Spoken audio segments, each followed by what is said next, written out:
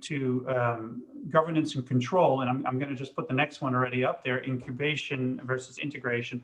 You know, with governance and control, I think that also plays a role in here, because that gives a degree of freedom. How free are you able to operate? And Paula, you gave the example. The targets were set, but the way to achieve the targets, you guys had flexibility of getting there. Of course, with requirements, don't do anything illegal or stupid or whatever. And that means you were given a certain amount of empowerment and freedom to operate. How was it also on the financial reporting that you had to put back in there? Was that overwhelming? Did you have to invest, or were there any corporate functions sent to you to support you on that?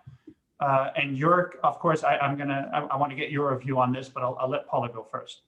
Well, good question. That is something that really changed over time, gradually, from initially having a lot of freedom to eventually sort of coming under a fairly strong, Chinese control regime on the financial side of things. And so I think today everything is pretty much run in the Chinese way, and the Chinese way is that every little bill is scrutinized by some person out in China. So again, pretty cleverly from leadership, initially things were quite flexible. Then gradually, we would put under a sort of same terms as in China, which also caused a little bit of friction, to be honest. But then today, when I left, I can say that things were really sort of almost run the same way as they are in China. So quite tight financial control.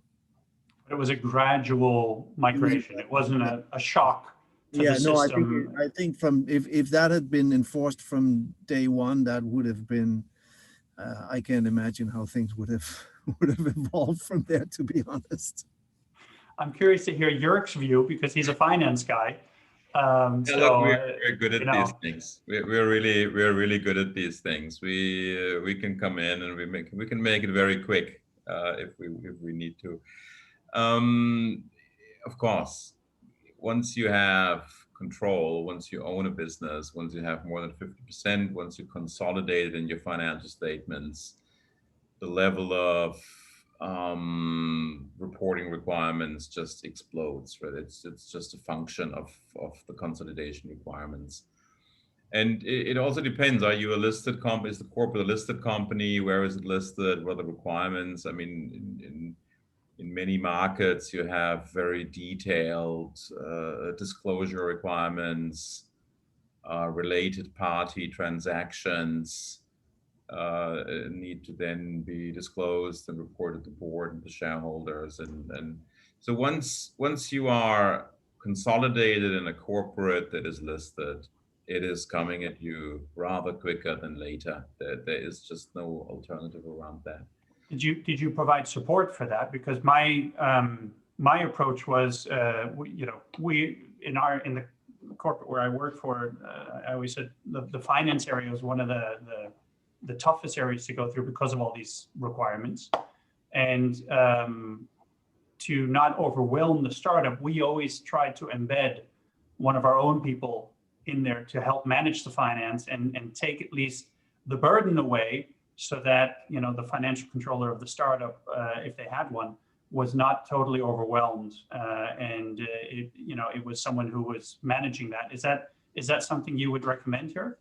So I would recommend two things. One, I think once you take ownership and take control, I think to have an integration manager or a PMI manager or a PMI program office, whichever way you call it, I think this is absolutely necessary. It needs to be embedded in the company, and you need that communication bridge. And the second individual that you need to bring in is a financial controller, an accountant, a CFO. And it's just cost of a transaction, and you cannot take that out of people's cash flow or whatever. That's just add-on investment that the corporate needs to take. You should not expect that this is something a startup or some company that is able to comply with. It's just not possible. The second thing we usually did was that you do engage like an EY or PwC and say, look, for the first 6 months, you find a transition plan, how someone moves from his, most of the time, not as strong financial reporting, and translate and transfer that into a corporate structure. But I would ask a different question. I would ask the question, should you actually go into a majority structure on the get-go, or is this actually part of your step plan? And I did transactions where we said very consciously, we step in with 45%, and we have a 2-year joint integration planning, how we get the company into a structure that it can comply and it can fit into this. And only after that, through a stepwise acquisition, you bring the company on board. As a corporate, the message needs to be, this is your job. Do not load this on management of the company. You need to help them. Well, one of the items is if you look at integration versus incubation, if you do that stepwise, incubation can also be about ring fencing the startup, right? And ring fencing them from some of these corporate policies, corporate reporting needs, and what have you. But that requires upfront agreement within your own corporate prior to buying them. Otherwise, a corporate machine, it's like an oil tanker that can't change direction right away. You need a lot of time to turn it. So you have to consciously already decide about that environment before going in and doing that. It's very simple. Once you own more than 50%, the sustainability department comes in. Have you done this report? Have you done your first, second, third tier supplier audits?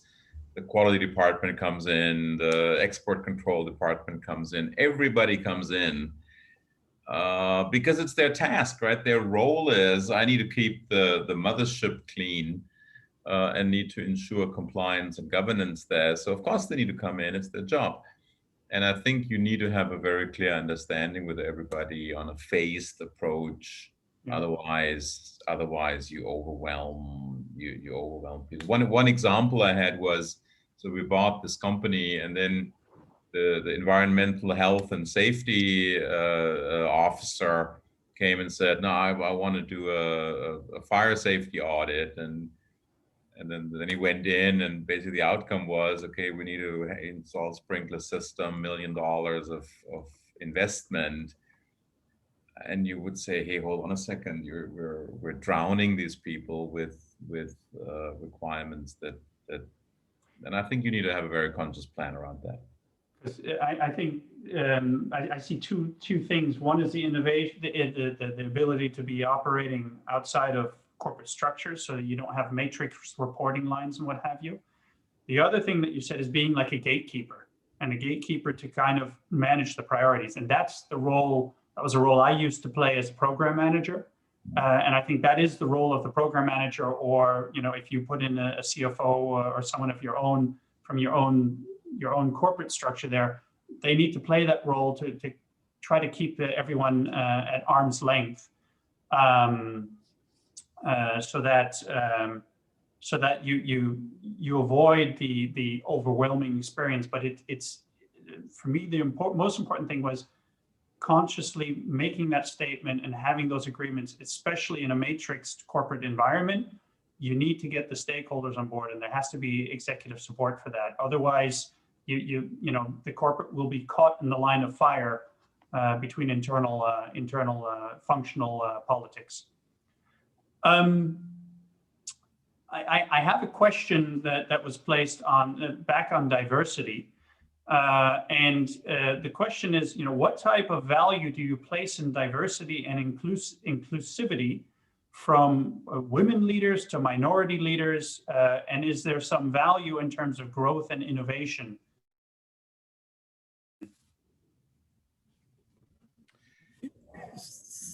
So I could say from a general perspective, I place a lot of value into that, specifically in the deal that we were in. I'm sorry to say that we were a group of men that was being sold to a company that was largely run by men, but actually in Chinese culture, in Chinese companies, I see women playing a more and more important role. And I came across some really, really talented and smart women also in the not top management, but the lower, mid-level management that were really running the Chinese company. And think we learned a lot and were really inspired by that. And then we had subsequently a pretty strong diversity policy in the company, hiring very, very diversely. Unfortunately, in Denmark, most engineers are still men. That's fortunately changing now. But in terms of ethnicity, we did have a diversity policy in the company, and I think that's really important. Yeah, look, I think it's a much more fundamental question. Are diverse teams stronger teams? Are they more innovative? Are they more stable because there are different aspects and different capabilities coming together, and suddenly 1 + 1 is 3? And I think based on that, it's and you see that actually in the pitches that you get from ventures. Diverse teams are just more convincing, stronger in how they position themselves, and they just cover a bigger breadth of topics and capabilities than teams that are more inbred and lack the flair. Yeah, homogeneous. My view on this is diversity is important because it helps keep the fun in the culture, I think, as well, because you get different personalities, different mindsets, and if you get everything monotone, similar to each other, it will limit you, and you want to have a healthy environment where you challenge each other, which is, already just the cultures between a startup and a corporate play a big role in that. But then also when you have the diversity of your teams, that really helps you get to better results. That's my own personal experience. Looking at the time, if everybody is thinking the same, there is not a lot of thinking. It stifles innovation. Yeah. Yeah.